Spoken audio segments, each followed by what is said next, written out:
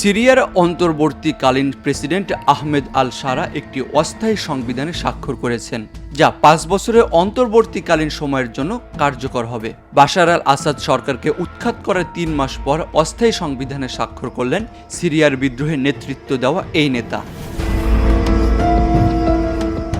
13 March নথিতে স্বাক্ষর করার সময় আল শারা বলেন, তিনি আশা করেন যে এই সংবিধান সিরিয়ার জন্য একটি নতুন ইতিহাসের সূচনা করবে ও অনাচার নিপীড়নের পরিবর্তে ন্যায় বিচার প্রতিষ্ঠায় কার্যকর ভূমিকা রাখবে। সংবিধানের খসড়া কমিটির সদস্য আব্দুল হামিদ আল আওয়াক বলেন, অস্থায়ী সংবিধানের আগে সংবিধানের কিছু বিষয় খেয়াল রাখা হয়েছে, যেমন রাষ্ট্রপ্রধানকে মুসলিম হতে হবে ও আইনশাস্ত্রের প্রধান উৎস হিসাবে ইসলামী আইন প্রতিষ্ঠা করতে হবে।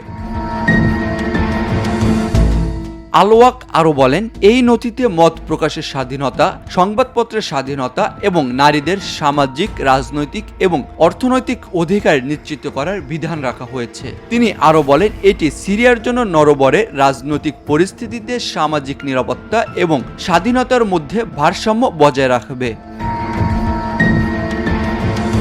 এদিকে স্থায়ী সংবিধান প্রণয়নের জন্য একটি নতুন কমিটি গঠন করা হবে, তবে সেটিতে সিরিয়ার রাজনৈতিক, ধর্মীয় ও জাতিগত গোষ্ঠীগুলোকে আরও অন্তর্ভুক্ত করবে কিনা তা স্পষ্ট নয়। সোমবার আল শারা উত্তর পূর্ব সিরিয়ার কুর্দি নেতৃত্বাধীন সিরিয়ান ডেমোক্রেটিক ফোর্সেস এসডিএফ এর সঙ্গে একটি যুগান্তকারী চুক্তিতে পৌঁছায়, যার মধ্যে রয়েছে যুদ্ধবিরতি ও কেন্দ্রীয় সরকারের নিরাপত্তা সংস্থাগুলোর সঙ্গে তাদের সশস্ত্র বাহিনীকে একীভূত করা।